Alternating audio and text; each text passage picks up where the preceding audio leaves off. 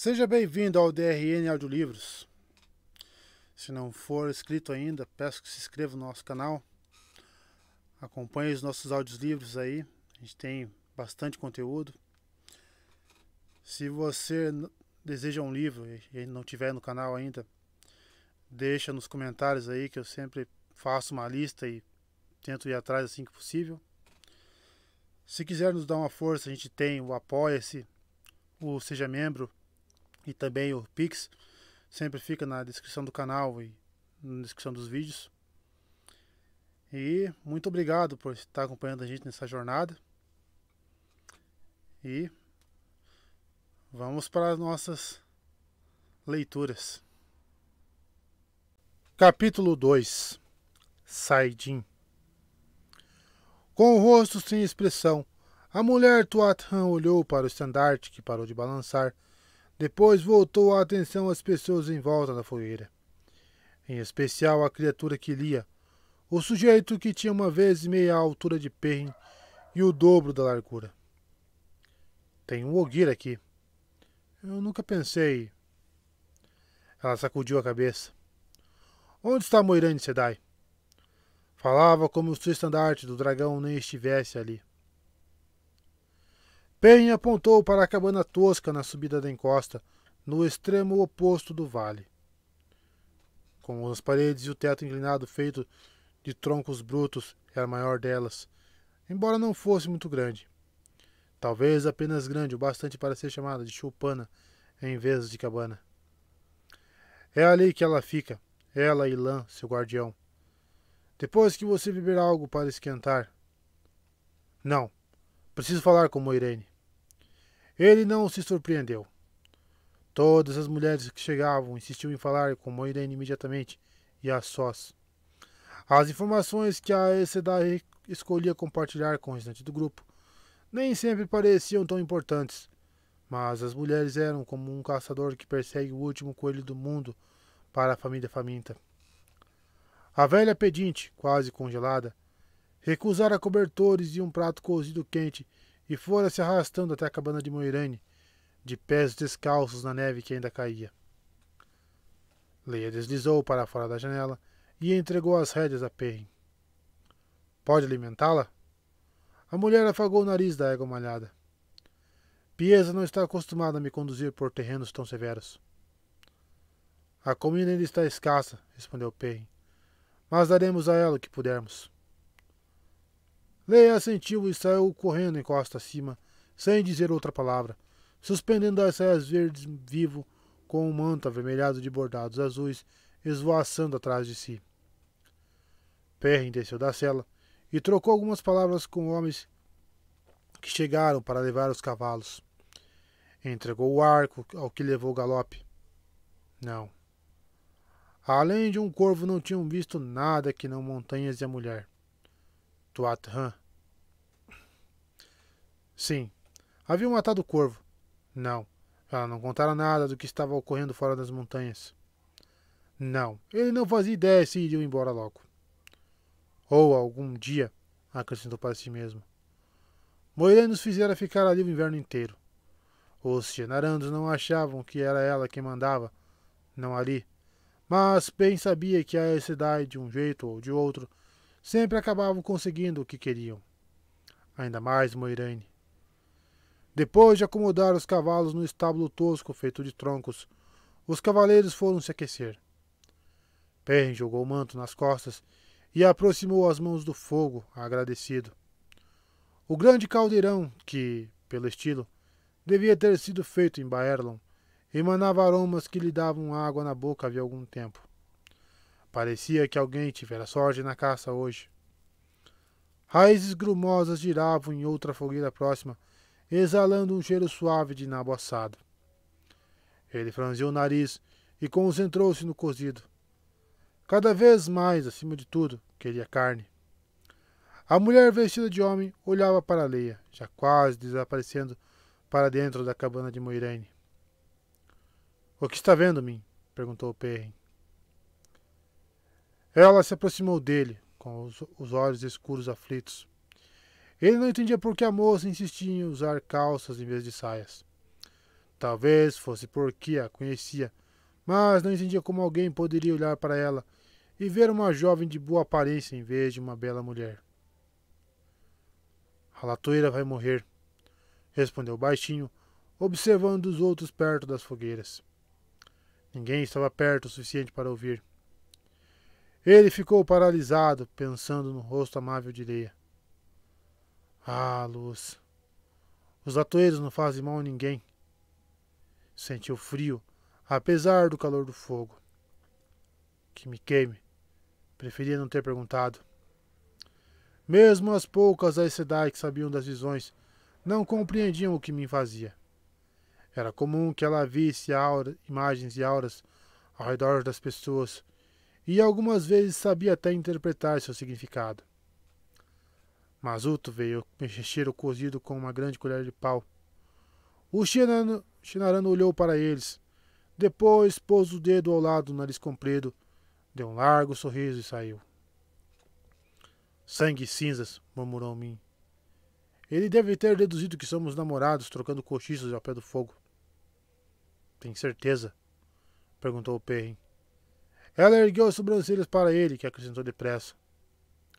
Sobre Leia. É este o nome dela? Preferia não saber. Sempre torna as coisas piores. Saber e não ser capaz de... Perrin.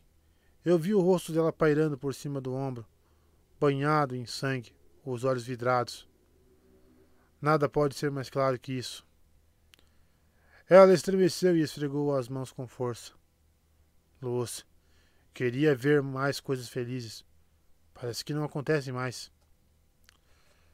Ele abriu a boca para sugerir que avisassem a Leia, mas a fechou em seguida. Jamais houvera dúvidas a respeito do que me envia e sabia, para o bem ou para o mal. Se ela tinha certeza, acontecia. Sangue no rosto, murmurou ele. Isso quer dizer que ela vai ter uma morte violenta? Estremeceu por ter dito aquelas palavras com tanta facilidade. Mas o que posso fazer? Se contar a Leia, se der algum jeito de fazer acreditar nisso, ela passará seus últimos dias com medo, o que não vai mudar nada. Minha assentiu com um breve meneio de cabeça. Se ela vai ter uma morte violenta, pode significar que o acampamento será atacado. Porém, todos os dias, batedores eram enviados para vasculhar os arredores, e havia sentinelas montando guarda dia e noite. Além do mais, segundo Moiraine, o acampamento tinha recebido selos de proteção. Nenhuma criatura do tenebroso poderia vê-lo, a não ser que entrasse nele por acaso. Ele pensou nos lobos. Não. Os batedores encontrariam qualquer pessoa ou coisa que tentasse se aproximar do acampamento. Estamos bem longe do povo dela, disse para si mesmo. Os latoeiros não iriam trazer seus calções para depois do sopé das colinas. Qualquer coisa poderia acontecer com ela na volta. Minha sentiu com tristeza. E não estamos em número suficiente para emprestar sequer um guarda para ela, ainda que isso adiantasse alguma coisa. Ela havia contado a ele. Quando era bem pequena, tentava avisar as pessoas sobre as coisas ruins que via. Mas, aos 6 ou 7 anos, percebeu que nem todos podiam ver o mesmo que ela. Não tinha dito mais nada, mas Pen ficou com a impressão de que as advertências acabavam só piorando as coisas, nas vezes em que chegavam a lhe dar ouvidos. Era difícil acreditar nas visões de mim até que se tivesse provas. Quando? Perguntou. A palavra soou fria, além de dura como aço. Não posso fazer nada por Leia, mas talvez consiga descobrir se seremos atacados. Assim que a palavra saiu da boca de Perrin, ela jogou as mãos para cima em um gesto de impaciência. No entanto, não elevou o tom de voz. Não é assim que funciona. Nunca consigo prever quando algo vai acontecer. Só sei que vai. E isso quando sei o que a visão significa. Você não entende. As visões não vêm quando eu quero, nem a minha compreensão em relação a elas. Apenas acontecem. E às vezes eu entendo. Parte delas. Um pouco. É algo que simplesmente acontece. Ele tentou dizer algumas palavras de consolo, mas ela continuou despejando tudo em um fluxo incontrolável. Posso ver as coisas ao redor de uma pessoa num dia, e no dia seguinte não ver nada, ou o contrário. Na maior parte do tempo, não vejo nada em volta das pessoas. A cidade tem sempre imagens ao redor de si, é claro, e guardiões também, mas sempre é muito mais difícil entender o que significam do que as visões que tenho com as pessoas comuns. Ela lançou a Perry em um olhar penetrante, os olhos semicerrados. Outros poucos também sempre têm. Não venha, não venha contar o que vê quando olha para mim, cortou ele com rispidez, e depois encolheu os ombros largos. Desde pequeno, Perrin era maior que a maioria das crianças e aprendera depressa como era fácil machucar os outros sem querer quando se era maior que eles. Isso o tornara cuidadoso e cauteloso, além de fazê-lo se arrepender quando deixava sua raiva transparecer. Desculpe-me, não devia ter falado assim com você. Não quis ofender. Ela olhou para ele, surpresa. Não ofendeu. Simplesmente são poucas as pessoas que querem saber o que vejo. A luz sabe que eu não ia querer se outra pessoa pudesse fazer isso por mim. Nem as Sedais sabiam de mais alguém com o mesmo talento. Talento era como elas viam aquilo, ainda que mim não encarasse da mesma forma. Só queria fazer algo em relação a Leia. Não suportaria viver como você, sabendo de algo sem poder fazer nada a respeito. É estranho como você parece se preocupar tanto com os Tuat Han, respondeu ela com ternura. Eles são tão pacíficos, e eu sempre vejo violência ao redor. Ele virou a cabeça e ela parou de falar de repente. Tuat Han? Bradou uma voz retumbante com um zumbido de abelha gigantesca. O que tem os Tuat Han? O Ogier veio juntar-se a eles à beira do fogo, marcando a página do livro com um dedo do tamanho de um salsichão. Um filete de fumaça de tabaco subiu do cachimbo que segurava na outra mão. Vestia um casaco de gola alta de lã marrom escura, abotoado até o pescoço e aberto nos joelhos por cima das botas com as barras viradas. Pen alcançava no máximo a altura de seu peitoral. O rosto de Loyal já havia assustado mais de uma pessoa, com o nariz que era quase uma tromba de tão largo e a boca demasiadamente grande. Os olhos eram do tamanho de 2 pires. As sobrancelhas grossas pendiam como bigodes, quase até as bochechas, e as orelhas pontudas se projetavam dos longos cabelos, cheias de tufos de pelos. Quem jamais tinha visto um Ogier confundia Loyal com um Trolloc, embora tanto Trollocs quanto o Ogier não passassem de lenda para a maioria. Ao se dar conta de que tinha interrompido a conversa, Loyal pestanejou, hesitante, e seu sorriso largo diminuiu. Pen se perguntou como alguém poderia temer um Ogier por muito tempo. Mesmo assim, algumas das antigas histórias os chamavam de inimigos ferozes e implacáveis. Ele não conseguia acreditar. O Ogier não eram inimigos de ninguém. Min contou a Loyal sobre a chegada de Leia, mas não sobre a visão. Ela tinha por hábito não revelar suas visões, sobretudo quando eram ruins. Em vez disso, acrescentou. Você deve entender como me sinto, Loyal. Cercada de repente por Aes Sedai e esse pessoal de 2 Rios. Loyal soltou um murmúrio imparcial, mas me pareceu considerar que ele concordara. Pois é, continuou enfática. Lá estava eu, levando minha vida em Baerlon, do meu jeitinho, quando de repente fui agarrada pelo cangote e jogada à luz sabe onde. Bem, foi quase isso. Minha vida não é mais minha desde que conheci Moiraine. E esses fazendeiros de 2 Rios. Ela revirou os olhos para Perrin com um sorriso estranho nos lábios. Eu só queria viver do meu jeito. Me apaixonar pelo homem que escolhesse. Ela corou de repente, então pigarreou. Quer dizer, o que tem de errado em querer viver sem tantas reviravoltas? Tá verém, começou Loyal. Perrin fez um gesto para interrompê-lo, mas quase sempre era impossível conter o Ogier, muito menos interrompê-lo quando ele ficava empolgado. Para o padrão dos Ogier, Loial era considerado extremamente impetuoso. Ele enfiou o livro em um dos bolsos do casaco e prosseguiu, gesticulando com o cachimbo. Todos nós, todas as nossas vidas, afetam as vidas de outros, Min. Quando a roda do tempo nos tece para dentro do padrão, a trama da nossa vida se agarra às tramas das vidas ao nosso redor e as arrasta. Taverens são assim também, só que muito mais fortes. Eles arrastam todo o padrão, pelo menos por um tempo, e o forçam a se moldar em torno de si. Quanto mais perto estamos deles, mais diretamente somos afetados.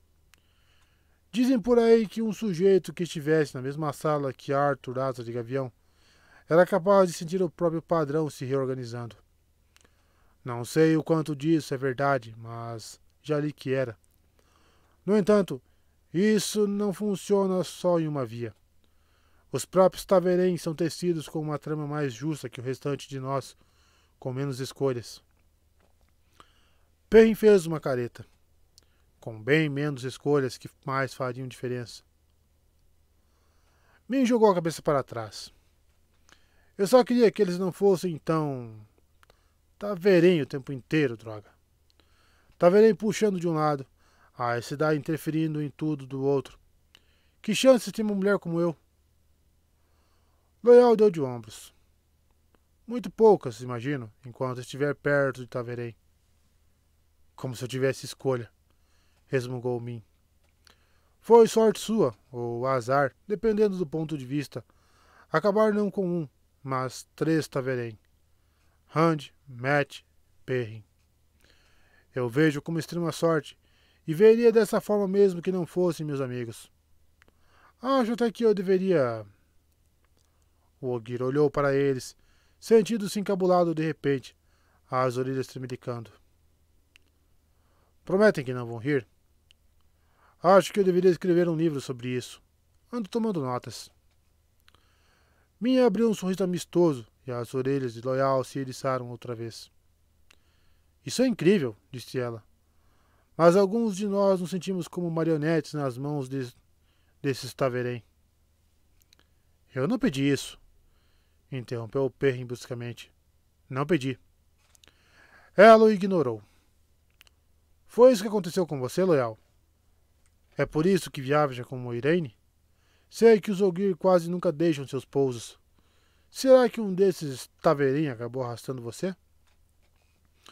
Loial ficou absorto analisando o cachimbo. Eu só queria ver os bosques que os Ogier plantaram, murmurou. Só ver os bosques. Olhou para Perrin como se pedisse ajuda, mas o rapaz apenas abriu um sorriso forçado. Vejamos se a ferradura está bem presa no casco. Ele não sabia de tudo, mas sabia que Loial fugira. O amigo tinha 90 anos de idade, mas ainda não era velho bastante de acordo com os Ogier para deixar o pouso e ir para fora, como eles diziam, sem permissão dos anciões. Na opinião dos humanos, os Ogier viviam por muito tempo. Loial dizia que os anciões não estariam muito satisfeitos quando pusessem as mãos nele outra vez. Parecia tentar adiar esse momento o máximo possível.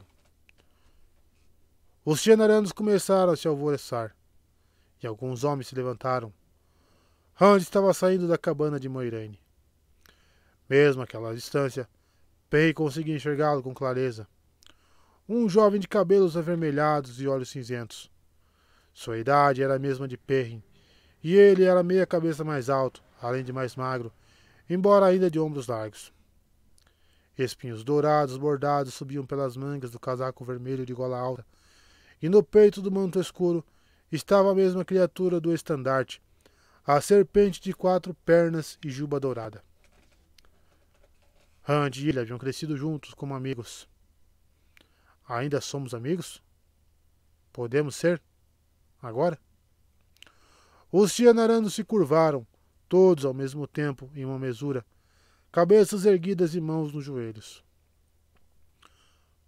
Lorde Dragão, disse Uno, estamos prontos. Honra em servi-lo. Uno, que mal conseguia dizer uma frase sem um palavrão, Agora falava com mais profundo respeito. Honra em servi-lo, repetiram os outros. Mas Emma, que via mal em tudo, naquele momento tinha os olhos brilhando em completa devoção.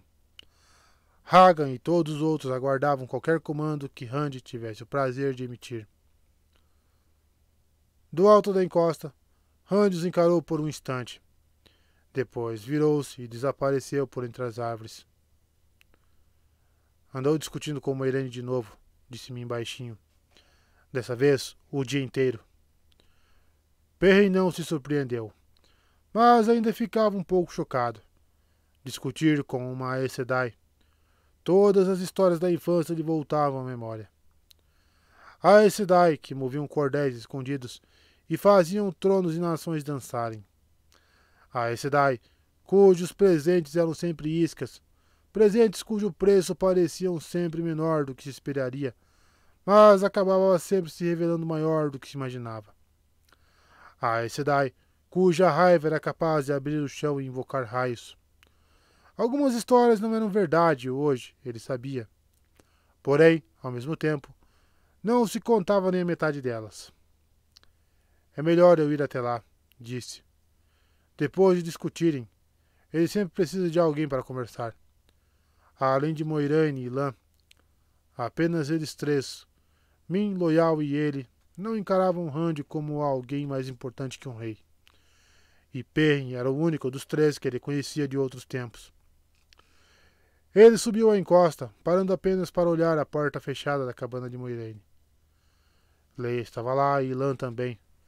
Era raro o guardião sair de perto da Aes Sedai. A cabana de Rand, muito menor, ficava um pouco mais adiante, bem escondida entre as árvores e afastada de todo acampamento. Ele tentara viver lá embaixo, junto ao grupo, mas a adoração constante dos outros homens o afastou. Agora vivia isolado. Isolado demais, na opinião de Perrin. No entanto, ele sabia que Rand não fora para a cabana daquela vez. Perrin seguiu depressa para o lado em que o vale oval desembocava em um desfiladeiro, elevando-se a 50 passos de altura, um paredão liso, exceto por alguns arbustos espinhosos agarrados aqui e ali. Sabia exatamente onde havia uma fissura na parede de pedra cinza, abrindo-se para uma passagem não muito maior que a largura de seus ombros. Uma fina faixa da luz do fim da tarde iluminava o caminho. Era como adentrar um túnel. A trilha se estendia por meia milha e se abria de súbito em um vale estreito de menos de 1 milha de comprimento, com o chão coberto de pedras e rochas. Até os declives íngremes estavam cobertos por uma floresta de folhas de couro altas, pinheiros e abetos. Sombras compridas alongavam-se enquanto o sol começava a se esconder atrás dos topos das montanhas. O lugar estava cercado por paredões inteiriços, exceto por onde havia a abertura, e eram íngremes como centalhados por um machado gigante. Seria ainda mais fácil de defender que o vale com poucos homens, mas ali não havia córrego ou nascente. Ninguém ia até lá, apenas Rand, depois de discutir com Moiraine. O amigo estava perto da entrada, apoiado em um tronco áspero de folha de couro, encarando as palmas das mãos. Perrin sabia que em cada uma havia uma garça marcada na pele. Rand não se mexeu ao ouvir a bota do outro roçar a pedra. De repente, começou a recitar baixinho, sem tirar os olhos das mãos. Por 2 e mais 2 vezes ele será marcado. 2 vezes para viver e 2 vezes para morrer. Uma vez a garça para traçar seu caminho. Uma vez a garça para proclamá-lo verdadeiro. Uma vez o dragão atrás da memória perdida. 2 vezes o dragão cobrar o preço a ser pago. Com um arrepio, ele enfiou as mãos sobre os braços. Mas nada de dragões por enquanto, completou Rand dando uma risada seca. Não por enquanto. Perrin o fitou por um instante. Um homem capaz de canalizar o poder único. Um homem condenado a enlouquecer pela mácula de Saidin, a metade masculina da fonte verdadeira, ia destruir tudo ao seu redor com sua loucura. Um homem, uma coisa, que todos aprenderam a temer e odiar desde a infância. No entanto, era difícil não enxergar o garoto com quem crescera. Como se deixa de ser amigo de alguém? Perrin escolheu uma pedra com topo liso, sentou-se e esperou. Depois de um tempo, Rand virou-se e olhou para ele. Será que Matt está bem? Ele parecia tão doente da última vez que o vi. Deve estar melhor agora. Deve estar em Tar-Valon agora. Elas vão curá-lo por lá. E Ninaev e Egwene cuidarão para que ele não arrume problemas. Egwene e Ninaev, Rand, Matt e Perrin. Todos de campo de Elmond em 2 rios. Poucos forasteiros iam até 2 rios, a não ser alguns mascates e mercadores que iam uma vez por ano comprar lã e tabaco. Quase ninguém saía de lá, até que a roda escolhera seus taverém, e 5 simples camponeses não puderam mais ficar onde estavam. Não puderam mais ser o que eram. Rand assentiu e se calou. Ultimamente, disse Perrin, me pego desejando que ainda fosse um ferreiro. Você acha que gostaria de ainda ser só um pastor? Dever, murmurou Rand. A morte é mais leve que a pluma. O dever, mais pesado que a montanha.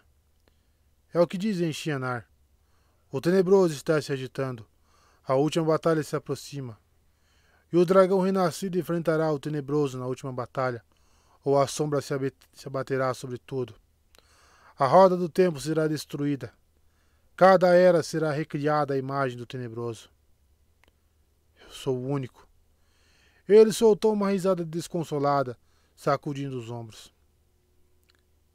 É o meu dever porque sou o único, não sou? Perrin mudou de posição, incomodado. A risada era tão crua que lhe deu arrepios. Percebi que você e Moiraine discutiram de novo. O mesmo de sempre? Rand soltou um longo suspiro. Não discutimos sempre pela mesma coisa? Estão todos lá, na planície de Almot, e sabe a luz onde mais. Centenas, milhares, apoiam o dragão renascido porque ergui esse estandarte. Porque deixei ser chamado de dragão. Porque não vi outra escolha. E estão todos morrendo. Lutando, procurando e rezando pelo homem que deveria liderá-los. Morrendo. E eu, sentado aqui nas montanhas em segurança durante todo o inverno. Eu tenho uma dívida com eles. Acha que gosto disso? Perrin sacudiu a cabeça com irritação. Você cita tudo o que ela diz, retorquiu Rand irritado. Nunca a enfrenta. E de que adiantou você enfrentá-la? Vocês discutiram o inverno inteiro e ficamos todos sentados aqui feito idiotas o inverno inteiro. Porque ela está certa. Rand soltou outra risada que lhe deu arrepios. Que a luz me queime, ela está certa. Estão todos divididos em pequenos grupos espalhados pela planície em Tarabon e Arad Doman. Se eu me juntar a algum deles, os mantos brancos, o exército domanês e os tarabonianos partirão para cima deles sem piedade.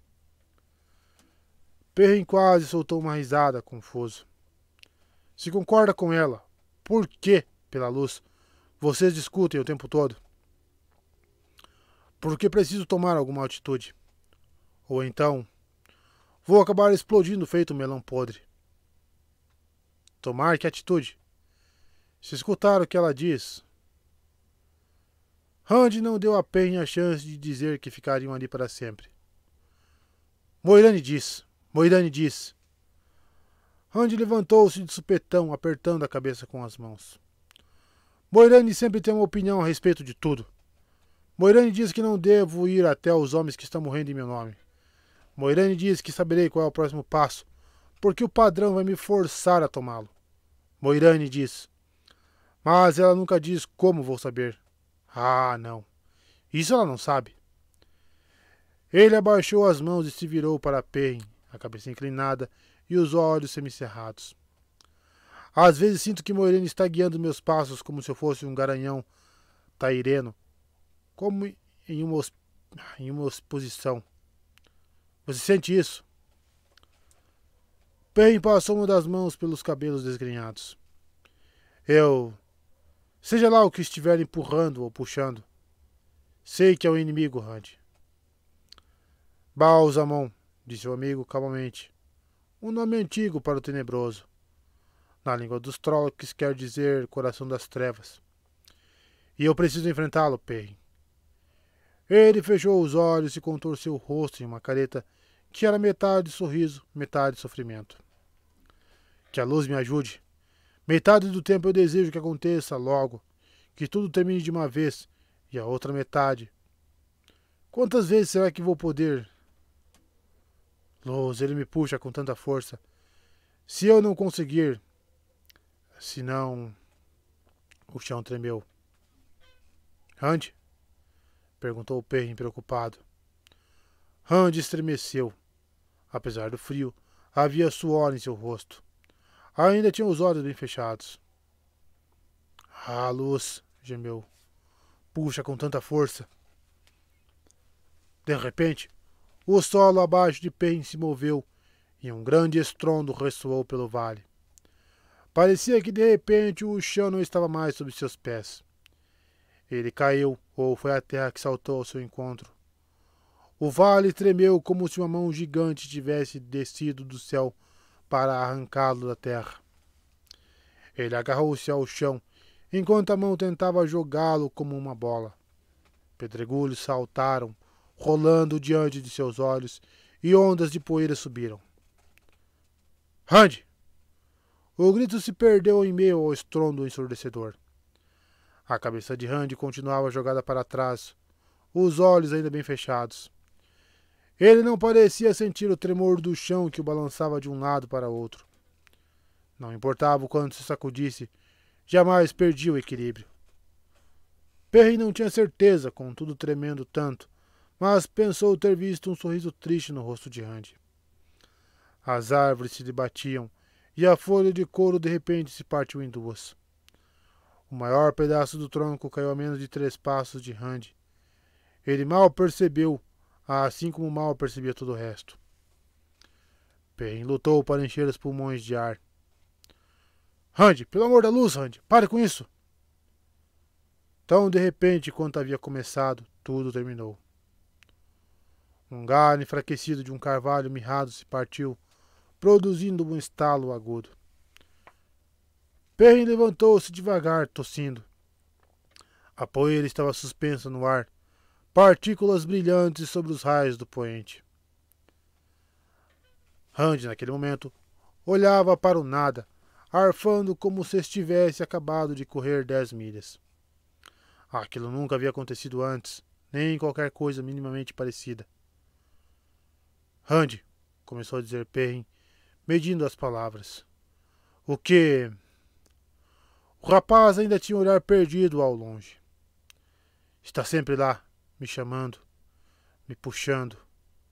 Saidin, a metade masculina da fonte verdadeira. Às vezes não consigo resistir a tocá-la. Ele fez um gesto como se pegasse algo no ar. Depois olhou com o punho fechado. Consigo sentir a mácula antes mesmo de tocá-la. A mácula do tenebroso. Uma camada fina de maldade tentando esconder a luz. Meu estômago fica embrulhado, mas não consigo resistir. Não consigo. Só que às vezes tento tocá-lo e é como tentar pegar o ar. Ele abriu a mão vazia e soltou uma risada amarga. E se isso acontecer na hora da última batalha? E se eu estender a mão e não conseguir tocar nada? Bem, dessa vez você conseguiu, retrucou Perrin com a voz rouca. O que estava fazendo?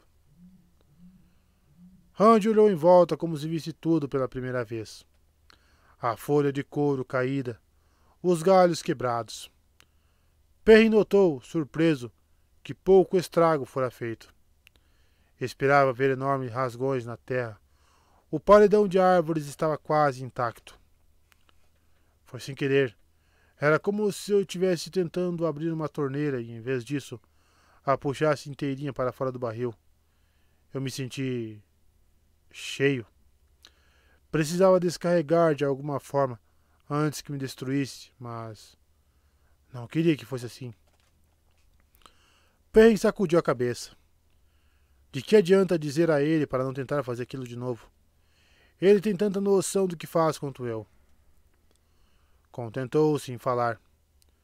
Já tem gente bastante querendo ver você morto, e a nós também. Então não precisa fazer o serviço para eles. Randy não parecia escutar. É melhor a gente voltar para o acampamento. Já vai escurecer. E não sei quanto a você, mas estou com fome. O quê? Ah... Vai você, Perrin. Já estou indo. Quero ficar sozinho mais um pouco. Perrin hesitou e depois virou-se, relutante, seguindo em direção à abertura no paredão do vale. Ao ouvir novamente a voz de Randy, ele parou. Você sonha quando dorme? Sonhos bons? Às vezes, respondeu com cautela. Não me lembro muito dos meus sonhos. Ele aprendera a permanecer alerta enquanto sonhava. Eles estão sempre lá, os sonhos, disse Randy, tão baixinho que Perrin quase não ouviu. Talvez nos contem coisas, verdades. Ele ficou em silêncio pensativo. O jantar está esperando, disse Perrin, mas Randy estava imerso nos próprios pensamentos. Enfim, Perrin foi embora e o deixou lá, parado.